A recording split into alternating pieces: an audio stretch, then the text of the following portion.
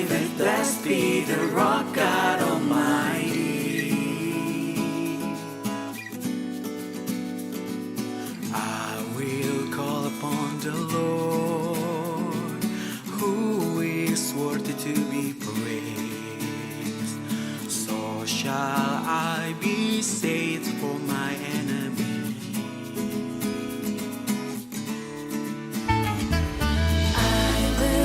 Upon the Lord, who is worthy to be praised, so shall I be saved from my enemies. I will call upon the Lord. The Lord liveth, and blessed be the rock, and let the God of my salvation be exalted. The Lord liveth, and blessed be the rock, and let the God of my salvation be exalted.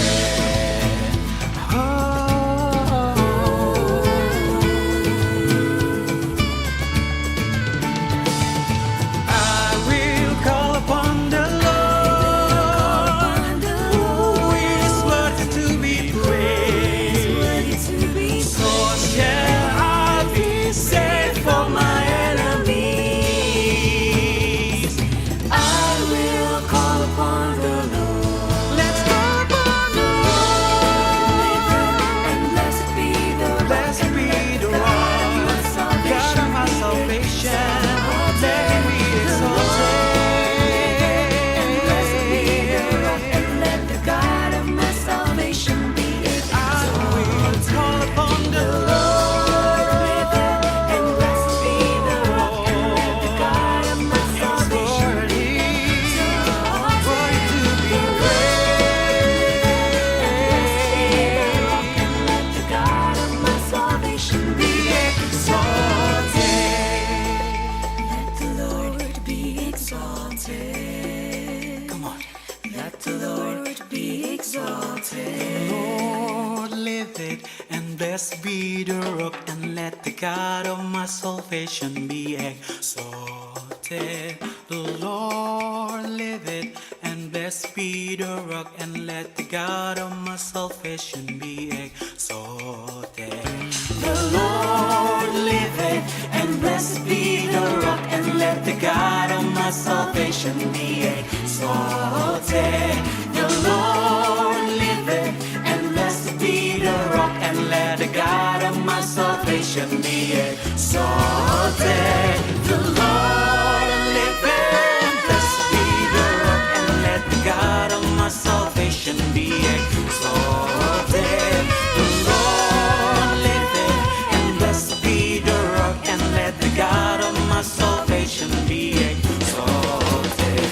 The Lord liveth, and blessed be the rock, and let the God of my salvation be exalted. The Lord liveth, and blessed be the rock, and let the God of my salvation be exalted. And let the God of my salvation be exalted. And let the God of my salvation be exalted.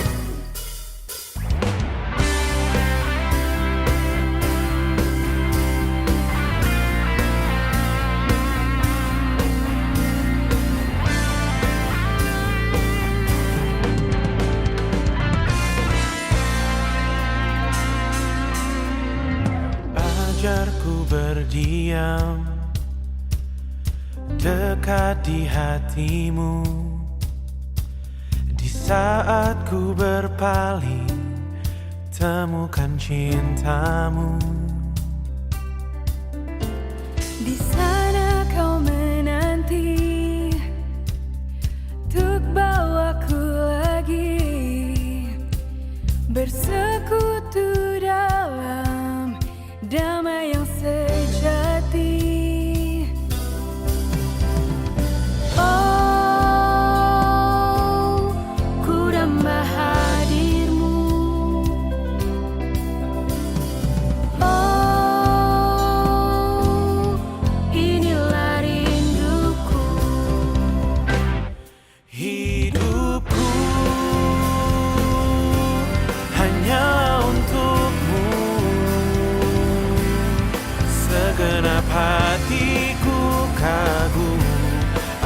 kebaikan-Mu,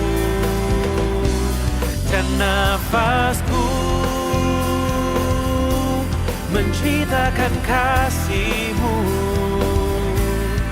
Ajarku berdiam dekat di hati-Mu.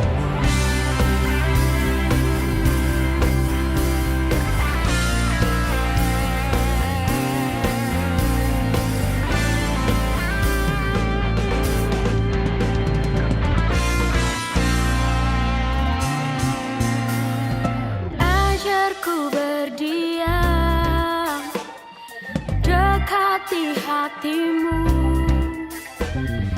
Saat ku berpaling, temukan cinta-Mu. Di sana Kau menanti untuk bawaku lagi bersekutu dalam damai yang sejati. Oh, Ku damba hadir-Mu.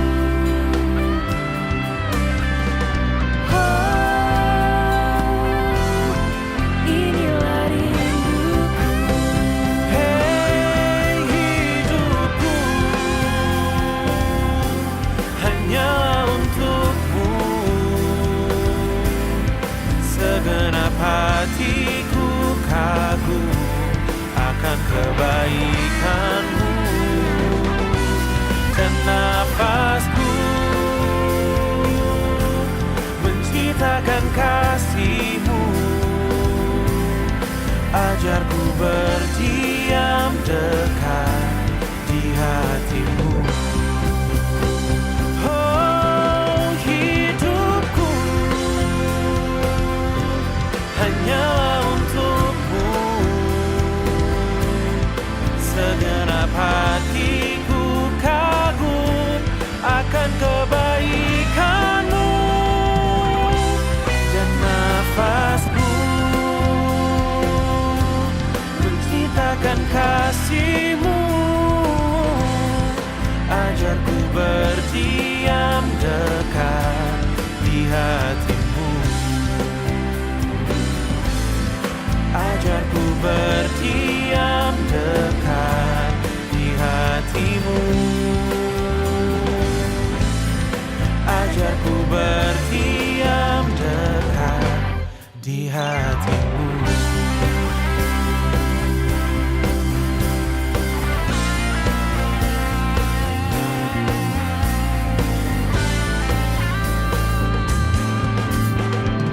Selamat pagi dan shalom bagi saudara-saudari yang terkasih di dalam Tuhan. Apa kabar Anda hari ini? Saya berharap kita semua di dalam keadaan yang sehat dan juga semangat di dalam Tuhan. Saya sangat bersyukur hari ini dapat menyambut Anda sekalian untuk beribadah bersama-sama di channel YouTube GKDI Tangerang Official. Dan juga, saya juga semangat untuk dapat menyambut mungkin ada saudara-saudari yang baru pertama kali beribadah bersama kami. Kami sangat senang untuk menyambut Anda sekalian. Saudara-saudari yang terkasih, kita tahu Indonesia sekarang sedang mengalami masa sulit. Kasus demi kasus positif COVID-19 terus meningkat, dan kadang bisa membuat hati kita menjadi khawatir dan tidak semangat. Namun saya mau mengajak kita semua untuk bersatu hati, mari kita berjuang bersama-sama untuk berdoa dan datang kepada Tuhan. Dan kita dapat melalui kondisi ini dengan selesai tuntas dan bersyukur kepada Tuhan. Karena kita harus percaya bahwa Tuhan kita dahsyat di setiap kondisi. Amin. Mari kita tidak henti-hentinya untuk berdoa dan saling mengasihi satu sama lain. Sebentar lagi kita akan memulai ibadah kita, namun ada beberapa hal yang ingin saya sampaikan untuk kita perhatikan dan siapkan bersama-sama. Yang pertama, kita akan mengadakan perjamuan kudus. Maka dari itu, mari kita mempersiapkan roti dan anggur di rumah kita masing-masing. Yang kedua, kita akan memberikan persembahan kasih. Persembahan dapat ditransfer melalui rekening yang ada di layar Anda. Dan yang ketiga, mari kita mengikuti ibadah dari awal hingga akhir. Kita siapkan hati dan juga hormat kepada Tuhan. Mari kita bersemangat untuk belajar tentang firman Tuhan. Siapkan catatan Anda dan fokus hanya kepada kebenaran firman Tuhan. Saya mewakili GKDI Tangerang mengucapkan selamat beribadah dan Tuhan Yesus memberkati. Saudara-saudari sekalian, kita akan memulai ibadah kita dengan mengangkat sebuah pujian. Namun sebelum kita nyanyi bersama-sama, saya akan membacakan firman Tuhan yang begitu dahsyat. Mazmur pasal yang ke-42 untuk pemimpin biduan, nyanyian pengajaran Bani Korah. Seperti rusa yang merindukan sungai yang berair, demikianlah jiwaku merindukan Engkau ya Allah. Jiwaku haus kepada Allah yang hidup. Bilakah aku boleh datang melihat Allah? Air mataku menjadi makananku siang dan malam. Karena sepanjang hari orang berkata kepadaku, di mana Allahmu? Inilah yang hendak ku ingat, sementara jiwaku gundah gulana. Bagaimana aku berjalan maju dalam kepadatan manusia, mendahului mereka yang melangkah ke rumah Allah dengan sorak-sorai dan nyanyian syukur. Dalam keramaian orang-orang yang mengadakan perayaan, mengapa engkau tertekan hai jiwaku? Dan gelisah di dalam diriku, berharaplah kepada Allah. Sebab aku akan bersyukur lagi kepadanya, penolongku dan Allahku. Jiwaku tertekan dalam diriku, sebab itu aku teringat kepadamu. Dari tanah sungai Yordan dan pegunungan, Hermon dari gunung Mizar. Samudra raya berpanggil-panggilan dengan deru air terjunmu. Segala gelora dan gelombangmu bergulung melingkupi aku. Tuhan memerintahkan kasih setianya pada siang hari, dan pada malam hari aku menyanyikan nyanyian. Suatu doa kepada Allah kehidupanku. Aku berkata kepada Allah gunung batuku, mengapa engkau melupakan aku? Mengapa aku harus hidup berkabung di bawah impian musuh? Seperti tikaman maut ke dalam tulangku, lawanku mencelah aku, sambil berkata kepadaku sepanjang hari, di manakah Allahmu? Mengapa engkau tertekan hai jiwaku? Mengapa engkau gelisah di dalam diriku?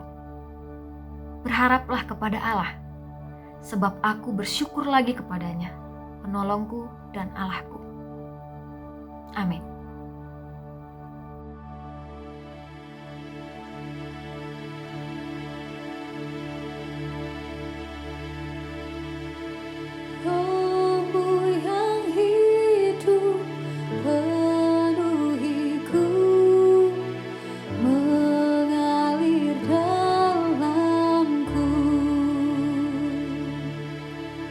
Jiwaku tenang bersamamu dalam naunganmu. Ku buka hati untuk jamahanmu, berserah penuh di hadiratmu.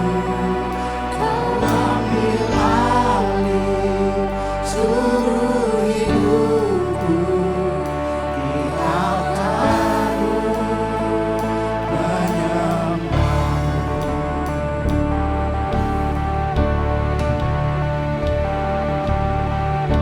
Rohmu yang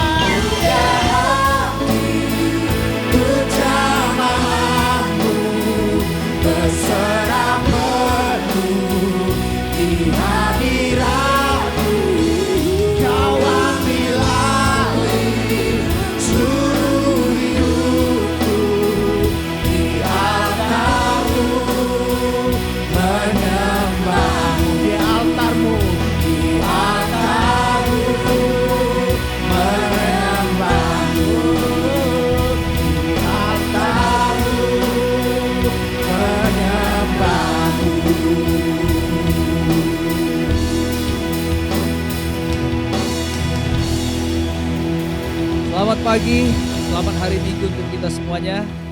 Sangat senang kita bisa kembali berkumpul sebagai satu keluarga. Di minggu pagi ini saya percaya meskipun mungkin ada mendung terjadi di dalam kehidupan kita, tetapi Alkitab berkata tak berkesudahan kasih setia Tuhan, saudara-saudari. Tidak habis-habisnya rahmatnya, selalu baru setiap pagi. Besar kesetiaan Allah kita, amin. Bagi kita yang ada di rumah hari ini, mungkin kamu merasa, aduh saya kayaknya belum ada kejelasan ini tentang situasi saya. Saya mau beritahu hari ini saudara-saudari, bahwa berkat Tuhan yang baru ini akan memberikan kepada kita sebuah jalan keluar. Akan memberikan kepada kita penghiburan, akan memberikan kita satu semangat. Oleh karena itu mari kita menundukkan hati kita di hadapan Tuhan, supaya kita boleh dilembutkan hati kita untuk menerima firman Allah yang hidup. Mari kita bersatu di dalam doa. Bapa di surga, terima kasih Tuhan untuk segala kebaikan-Mu, penyertaan-Mu yang luar biasa di dalam kehidupan kami sampai hari ini. Kami tahu Tuhan, kami boleh hidup hari ini bukan karena kekuatan dan kehebatan kami, tapi semata-mata karena kasih setia-Mu. Engkau memberkati kami. Dan biarlah hari ini Tuhan, ketika kami masih diberikan kesempatan untuk mendengarkan firman Allah yang hidup, buka hati kami Tuhan, lembutkan kami, sehingga kami mengerti panggilan Engkau di dalam hidup kami. Dan biarlah hamba-Mu ini juga akan menyampaikan firman ini, Engkau urapi dengan kuasa Roh-Mu yang kudus, sehingga hamba-Mu ini berkata-kata bukan atas kemauannya sendiri, tapi atas dorongan Allah oleh Roh-Mu yang kudus. Dalam nama Yesus kami berdoa dan mengucap syukur. Haleluya, amin. Tema kita di dalam 2 bulan ini adalah Family in Christ. Dan di dalam bulan Juli kita belajar tentang bahwa jemaat itu adalah jemaat dari Allah yang hidup.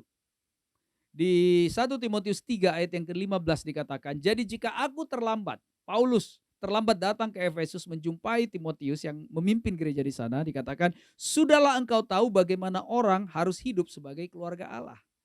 Yakni keluarga Allah itu adalah jemaat dari Allah yang hidup, tiang penopang dan dasar kebenaran. Alkitab berkata bahwa keluarga Allah itu adalah keluarga dari Allah yang hidup, bukan dari keluarga Allah yang mati. Dan keluarga Allah itu beda dengan keluarga-keluarga yang lain. Kita tahu, kita semua di sini mengerti artinya keluarga, karena kita semua berasal dari keluarga. Kita dilahirkan oleh ayah dan ibu kita, yang itu menjadi keluarga batih atau keluarga inti kita. Tetapi kalau kita melihat keluarga Allah, kita tidak bisa membandingkan keluarga Allah dengan keluarga Hutagalung misalnya. Atau keluarga Siregar, Nasution, keluarga yang lain-lain. Keluarga Allah itu adalah keluarga yang dibangun oleh Allah yang hidup. Bukan Allah yang mati.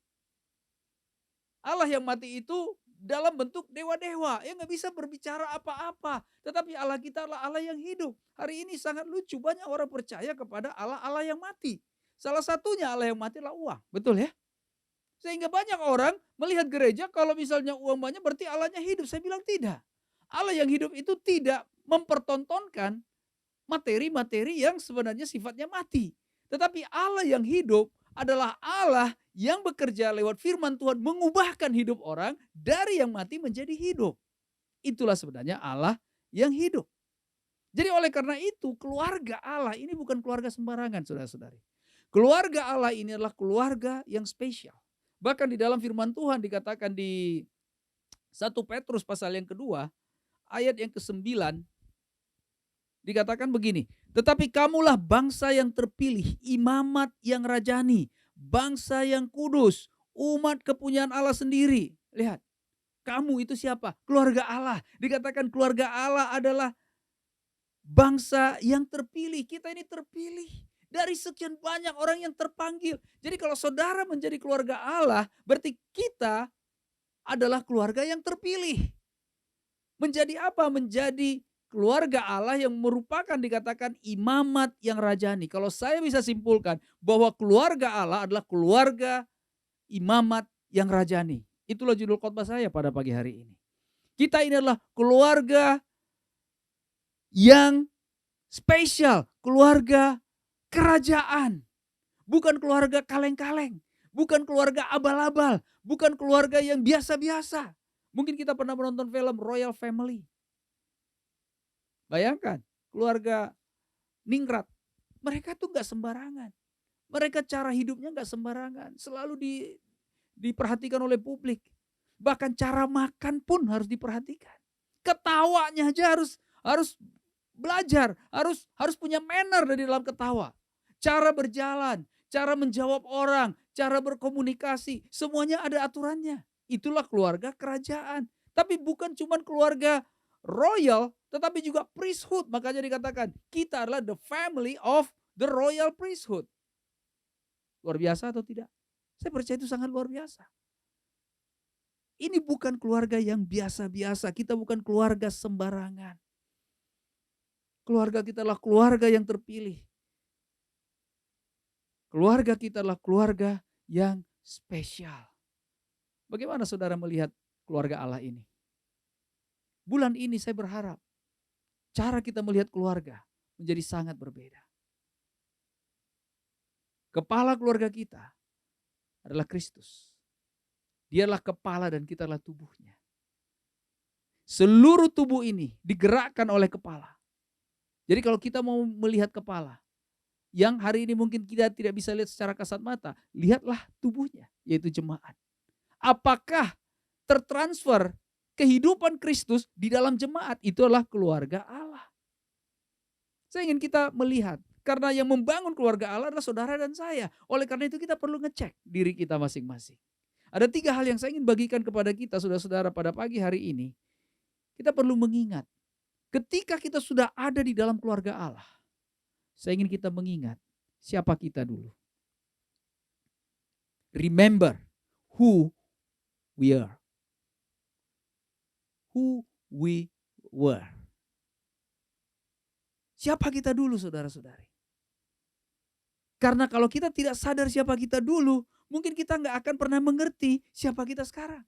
Mungkin ada orang berkata begini, dulu saya orangnya baik-baik loh, sekarang sesudah saya di keluarga Allah, hidup saya kok jadi ngaco ya. Ah, ini berarti ada masalah. Atau mungkin ada orang berkata, dulu saya baik-baik, sekarang juga saya oke-oke. Nah ini juga problem. Problem apa? Mungkin kita nggak bisa ngelihat perbedaan, kita nggak bisa melihat kontras. Alkitab memandang dulu dikatakan, kita ini hidup dalam kegelapan. Sama seperti Petrus katakan. Dia bilang, yang memanggil kamu dari kegelapan kepada terangnya yang ajaib. Di ayat 10 dikatakan, kamu yang dahulu bukan umat Allah, tetapi yang sekarang telah menjadi umatnya. Yang dahulu tidak dikasihani, tetapi yang sekarang telah beroleh belas kasihan. Ini adalah kita dahulu.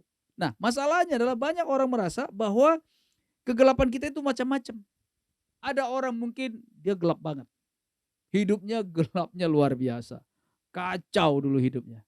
Kejahatannya luar biasa. Pokoknya dia itu adalah mungkin kayu api neraka yang paling panas. Atau mungkin ada orang berasa dia agak gelap sih. Tapi nggak gelap-gelap banget. Atau mungkin dia agak terang. Sehingga kita membuat penilaian-penilaian yang berbeda-beda terhadap orang lain. Tetapi dari sudut pandangan Allah, kita semua ada dalam kegelapan.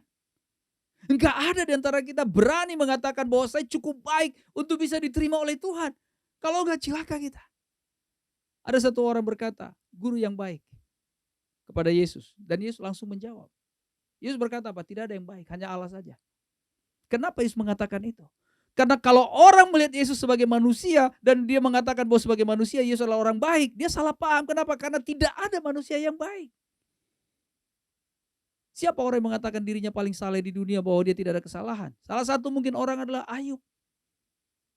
Di Ayub pasal yang terakhir dikatakan, dari kata orang saja aku mendengar tentang engkau selama ini, tapi hari ini saya bisa melihat engkau dengan jelas dan saya tertunduk dengan malu dalam debu dan abu.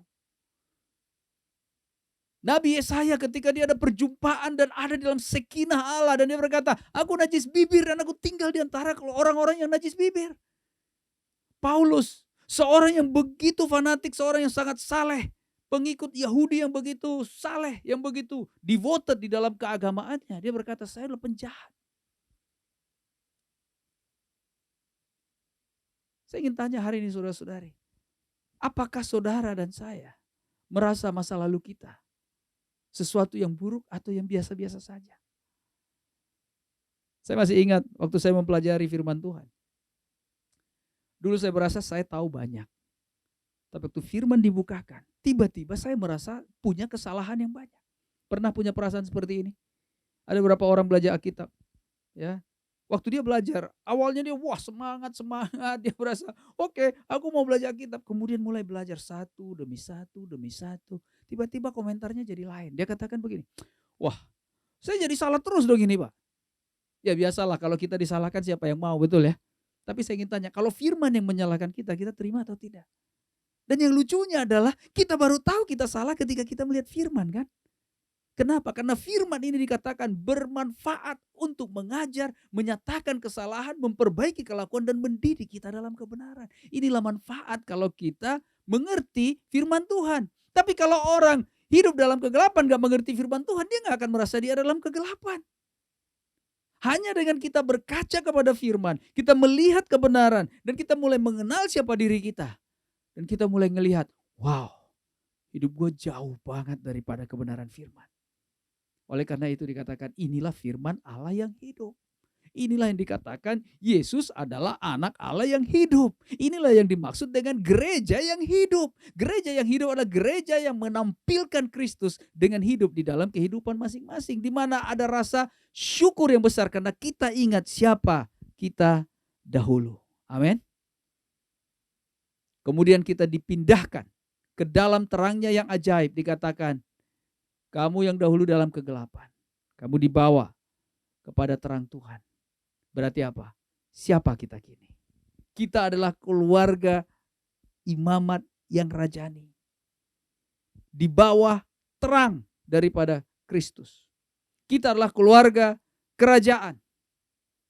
Nah, kalau kita bicara tentang keluarga kerajaan, saya ingin kita jangan salah paham tentang ada beberapa orang berkata bahwa kerajaan Allah dengan jemaat adalah suatu hal yang berbeda.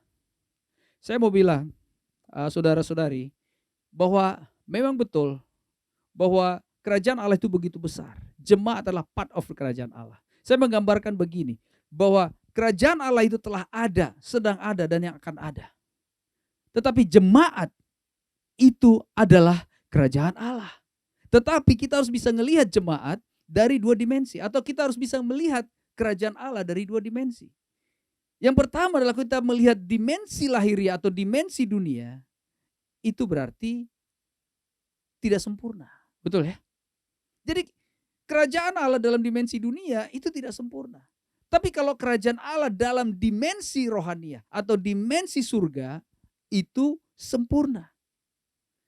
Tetapi untuk bisa mensinkronkan dimensi surga dengan dimensi bumi yang tidak sempurna ini, karena kita ada di dalam kerajaan Allah tapi bumi ini tidak sempurna, untuk bisa mensinkronkan supaya mirip dengan kerajaan Allah yang ada di surga, hanya lewat kebenaran. Alkitab berkata, firman-Mu adalah kebenaran. Pertanyaannya sekarang adalah ketika kita ada di dalam dunia ini, ada di dalam kerajaan Allah, ada di dalam jemaat ini, ada di dalam imamat yang rajani ini, kita sedang bertumbuh kepada kesempurnaan ilahi, kita sedang bertumbuh kepada kesempurnaan yang rohani, atau kita sedang mangkrak di dalam imamat yang rajani ini. Apakah Anda, saudara dan saya sedang ada dalam pengerjaan, sedang berada dalam proses pembentukan untuk penyempurnaan, atau kita sedang berada dalam pertandingan, atau kita sedang berada dalam peperangan kah, atau kita sedang berada dalam penanaman kah, atau kita sedang berada dalam penyiraman kah, atau kita sedang istirahat nggak ngapa-ngapain? Padahal kita ada di dalam keluarga kerajaan Allah. Karena kalau tidak, kita akan lebih banyak menyerap dimensi dunia, dimensi lahiriah kita, sehingga kadang-kadang kita tengah melihat kontrasnya lagi, bahkan ketika kita ada di dalam kerajaan Allah. Makanya ada pepatah berkata, itik berenang di kolam, mati kehausan. Ayam mengeram di lumbung, mati kelaparan. Yang artinya apa? Artinya adalah banyak anak-anak kerajaan hari ini tidak memanfaatkan semua privilege daripada kerajaan untuk mereka bisa ditumbuhkan. Mereka bahkan tidak menggunakan sama sekali. Sama dengan begini, kalau ada orang dari keluarga biasa-biasa atau orang gelandangan diangkat menjadi the royal family, tapi cara hidupnya masih gaya gelandangan, saya mau tanya, apa artinya keluarga kerajaan buat dia? Mungkin bajunya bisa diganti, atau mungkin semua perlengkapannya, mannernya bisa diganti. Tapi kalau mentalnya masih mental gelandangan, dia masuk ke dalam keluarga royal family, enggak akan ada pertumbuhan. Makanya banyak orang salah paham tentang kerajaan Allah. Padahal Alkitab berkata, Yohanes Pembaptis berkata, Yesus berkata, bertobatlah sebab kerajaan Allah sudah dekat. Artinya apa? Ada satu syarat untuk orang masuk ke dalam kerajaan Allah. Kita semua yang dulu ada dalam kegelapan, lewat pertobatan dan kasih karunia Allah yang besar, sehingga kita diangkat dari kegelapan, dibawa kepada terangnya yang ajaib, karena kasih karunia Tuhan. Tetapi kita sendiri harus berjuang di dalam pertobatan kita. Kita mulai melihat kesalahan kita dan mulai berubah. Dan kemudian kita masuk ke dalam kerajaan Allah. Kalau saudara merasa mangkrak di dalam kerajaan Allah, kayaknya nggak ada perkembangan kerohanian yang cukup. Mari kita cek hati kita. Mari kita melihat, apakah kehidupan kita betul-betul menghargai hak-hak istimewa kerajaan? Apakah kita memanfaatkan hak-hak istimewa kerajaan? Atau malah kita berpikir hak-hak istimewa itu menjadi sebuah kewajiban yang terpaksa. Saya mau kasih tahu, misalnya salah satu contoh. Bersaat teduh menggali kebenaran firman Tuhan, itu sebuah hak istimewa atau sebuah paksaan? Datang berkumpul bersama keluarga royal family, apakah itu sebuah paksaan atau sebuah hak istimewa? Ketika keluarga berkumpul, keluarga kerajaan untuk makan, itu di-prepare. Itu menjadi satu kegirangan, perkumpulan menjadi satu sukacita. Bahkan dikatakan di kitab Mazmur, ketika ada perkumpulan raya, perkumpulan ibadah, dikatakan dia berlari, berlomba dengan orang-orang yang berjalan ke rumah Tuhan. Dia pengen datang lebih cepat. Saya ingin tanya hari ini, mungkin ada orang-orang dalam pertemuan keluarga virtual. Mungkin masih terlambat, masih bangun kesiangan. Tapi kita bilang kita ada dalam royal family. Ibadah hari Minggu. Bahkan ada yang masih belum cuci muka. Tapi kita ada dalam royal family. Mungkin kita bilang, Tuhan tahu hati saya lah. Ya betul, Tuhan tahu hati kita. Tapi Tuhan juga tahu sikap-sikap kita. Ini adalah keluarga kerajaan. Saya mau tanya, apakah saudara sedang ada dalam pertandingan, pengerjaan untuk terus bertumbuh? Atau mulai merasa ini semua keterpaksaan? Memang di awal itu mungkin tidak mudah, karena kan kita bukan latar belakang kerajaan. Tapi ketika kita ada di dalam keluarga kerajaan, be act like one. Mari kita bertindak seperti itu. Mari kita punya sikap yang benar. Karena keluarga kerajaan adalah keluarga yang terhormat. Dan juga bukan hanya kerajaan, tapi juga dikatakan imamat yang rajani. Artinya apa? Imamat berarti kita imam mewakili orang kepada Tuhan. Imam adalah seorang yang mewakili manusia atau umat untuk berbicara kepada Tuhan. Sementara Nabi adalah yang mewakili Tuhan berbicara kepada manusia. Dan kitalah imamat yang rajani. Apalagi hak istimewa kita. Kita bisa menyatakan dosa. Bro, ini dosa karena firman Tuhan bilang. Kita dapat privilege itu. Bahkan dikatakan di kitab Korintus, kita yang mengadili malaikat. Sehingga apa? Kita punya kemampuan untuk berdamai dengan orang lain. Ini adalah hak istimewa. Bahkan kita bisa mendamaikan orang lain yang berselisih atau yang berbeda paham.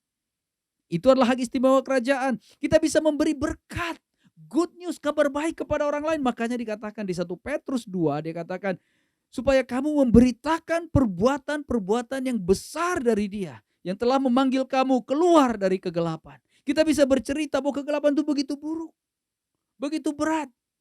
Dan kalau saya udah lewat dari situ, saya pengen kamu bisa keluar juga dari sana. Itu adalah hak istimewa. Terhormat di dunia roh. Orang yang ada dalam keluarga kerajaan, bahkan roh-roh jahat pun bisa mengenali.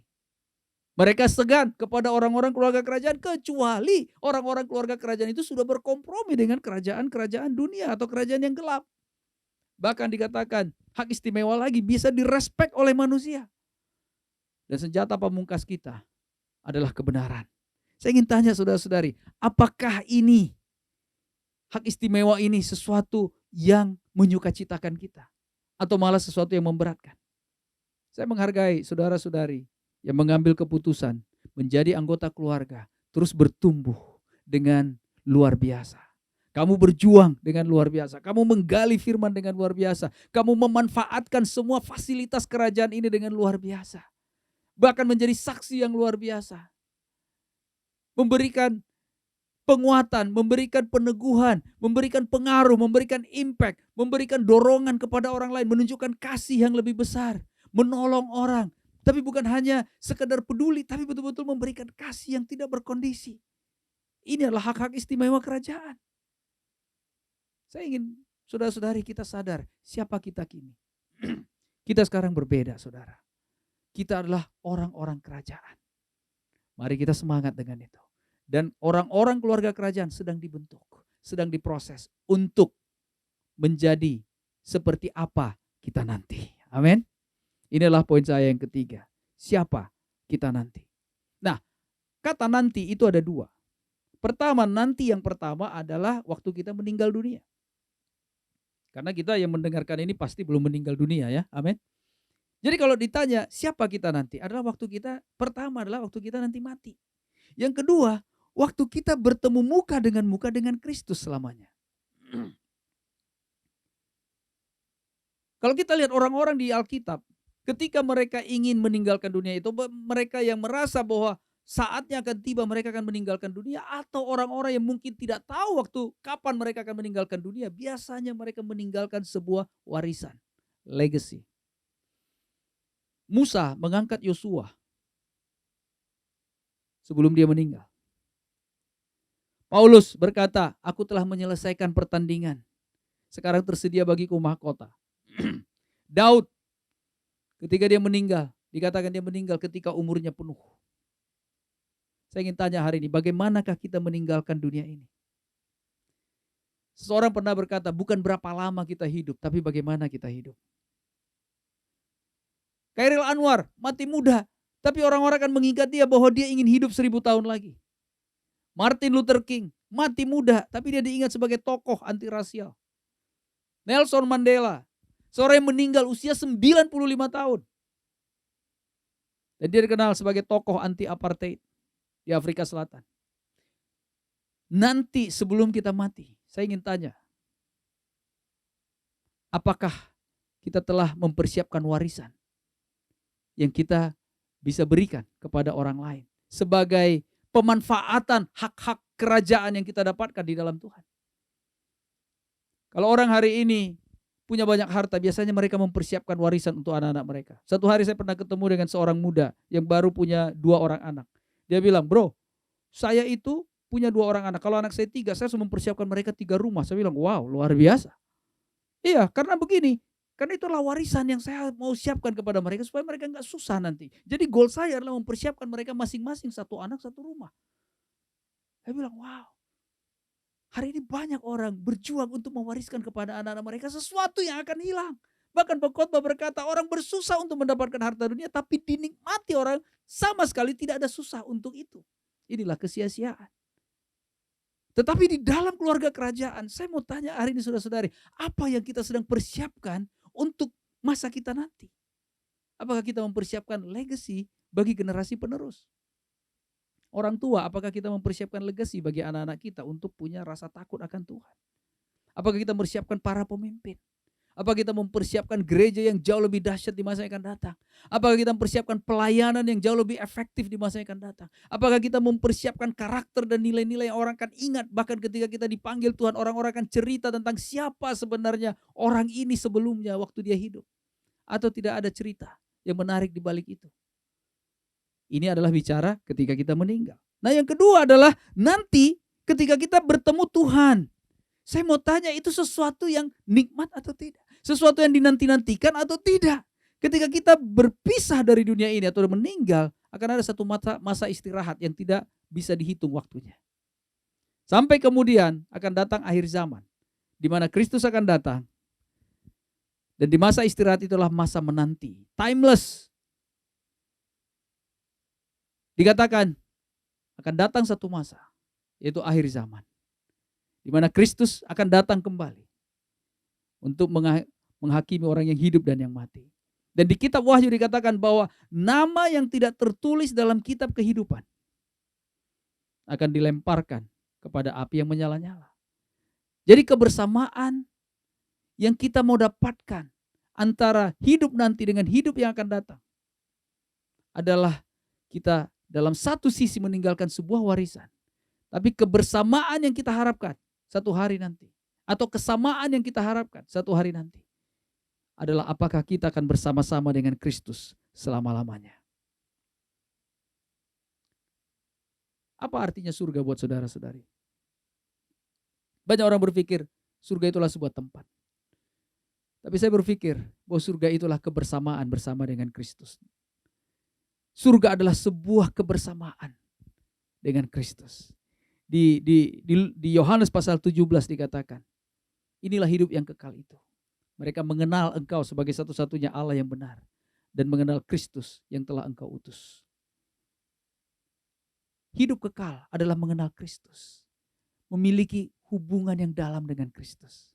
Orang yang mati di dalam Kristus, itu bukan kematian yang menakutkan. Kenapa? Akan ada masa di mana dia akan bersama-sama dengan Kristus selama-lamanya.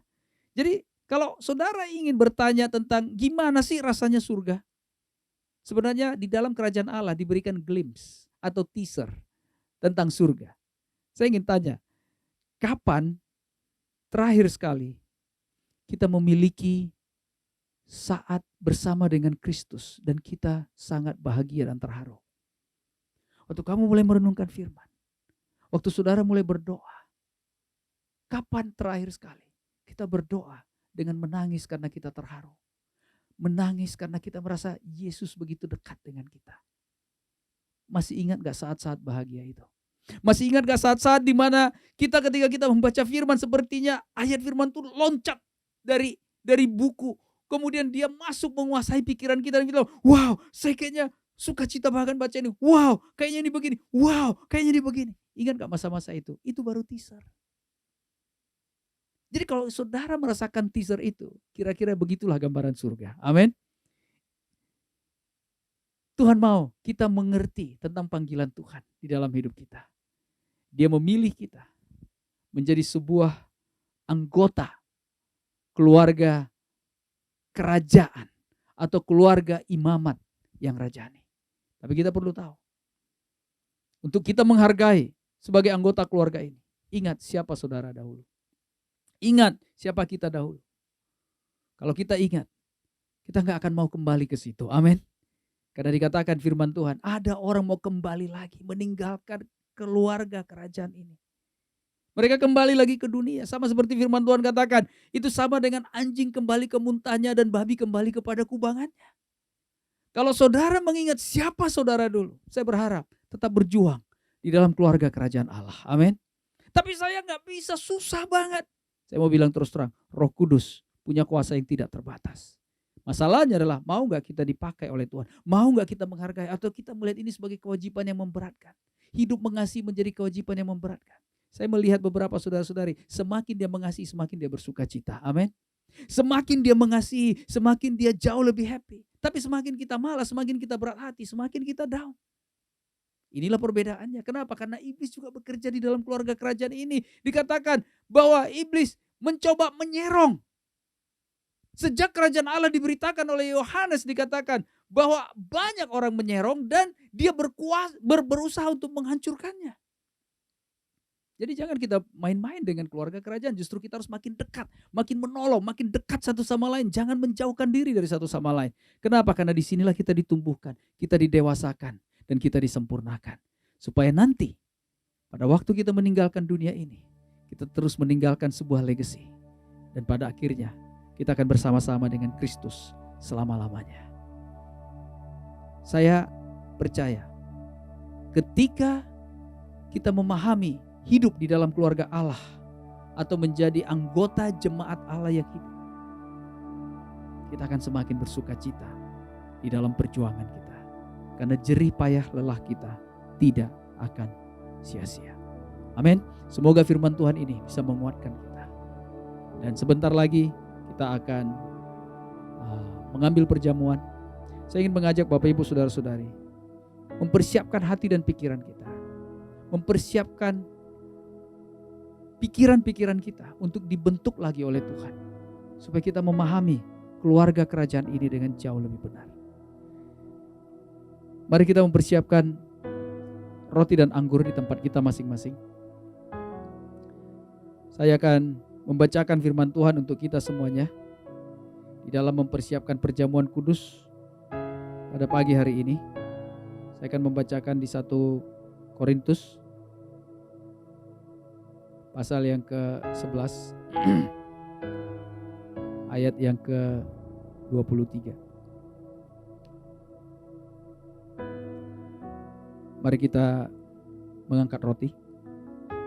Firman Tuhan berkata, sebab apa yang telah kuteruskan kepadamu telah aku terima dari Tuhan, yaitu bahwa Tuhan Yesus pada malam waktu ia diserahkan mengambil roti, dan sesudah itu ia mengucap syukur atasnya, ia memecah-mecahkannya dan berkata, inilah tubuhku yang diserahkan bagi kamu.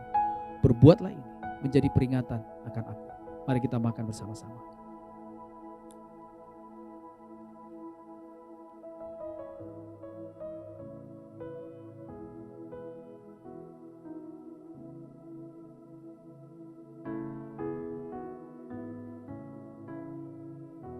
Mari kita mengangkat cawan. Demikian juga ia mengambil cawan sesudah makan lalu berkata, cawan ini adalah perjanjian baru yang dimeteraikan oleh darahku. Berbuatlah ini setiap kali kamu meminumnya menjadi peringatan akan aku. Mari kita minum bersama-sama.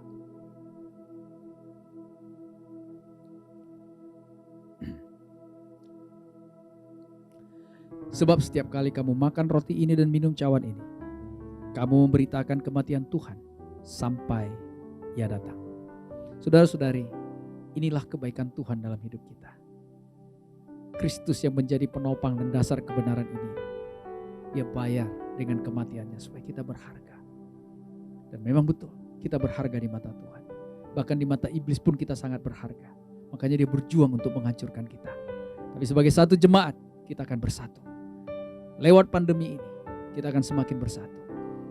Akan kelihatan bahwa keluarga kerajaan ini akan bisa memberikan dampak di dunia yang sekarang ini sedang kacau, dengan memberikan kasih yang semakin nyata untuk menolong dan menunjukkan Kristus kepada setiap orang. Kita akan menutup ibadah kita pada pagi hari ini dan kita akan berdoa bersama-sama.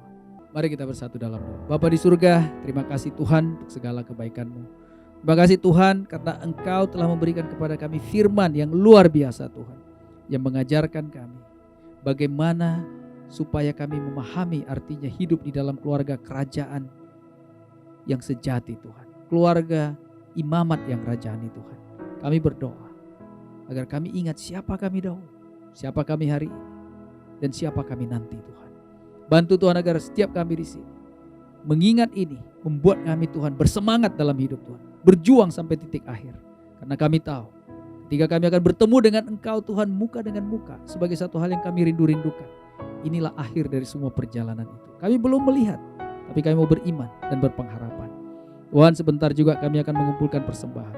Biarlah persembahan yang akan kami kumpulkan ini boleh berkenan kepada Engkau untuk digunakan menolong saudara-saudara kami yang berkekurangan, menolong saudara-saudara kami yang terdampak COVID Tuhan, sehingga mereka juga boleh dihiburkan Tuhan, boleh diringankan beban mereka.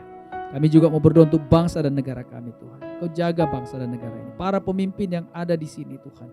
Kau berikan mereka hikmat yang luar biasa, terutama di dalam PPKM ini Tuhan, agar kami semua semakin taat menjalani protokol kesehatan dan melakukan vaksinasi secepatnya Tuhan, sehingga kami bisa melewati badai ini Tuhan dengan baik Tuhan.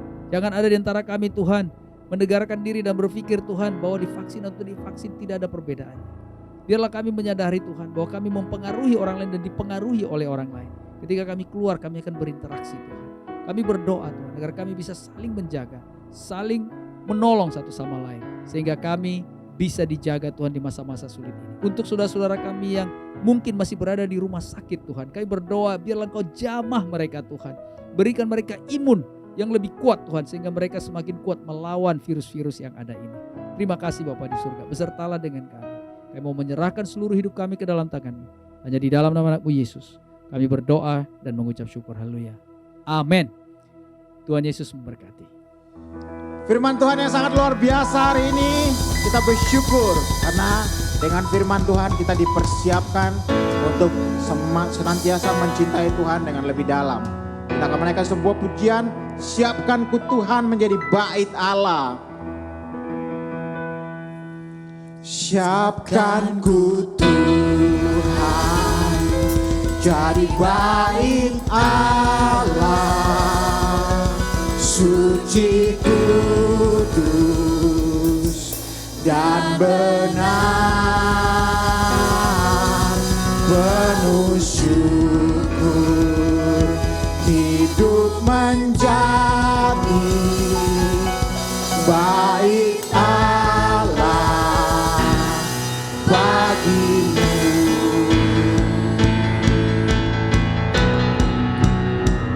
Engkaulah Tuhan, pemberi selamat, jiwa dan roh untuk manusia.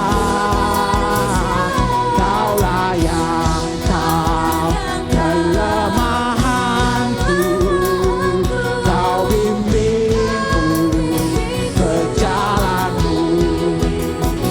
Bimbinglah aku dalam cobaan, segarkanlah hatiku, sucikanlah dosa-dosaku, limpahkanlah Roh Kudus. Siapkan ku Tuhan, siapkan ku Tuhan, jadi bait Allah, suci kudus dan benar, penuh syukur, hidup menjadi bait Allah bagimu. Engkaulah Tuhan, pemberi selamat, jiwa dan roh untuk manusia. Kaulah yang tahu kelemahanku, Kau bimbingku ke jalan. Bimbinglah aku, bimbinglah aku dalam cobaan, segarkanlah hatiku, sucikanlah dosa-dosaku, limpahkanlah Roh Kudus. Limpahkanlah, limpahkanlah Roh Kudus. Limpahkanlah, limpahkanlah Roh Kudus. Limpahkanlah, limpahkanlah Roh Kudus.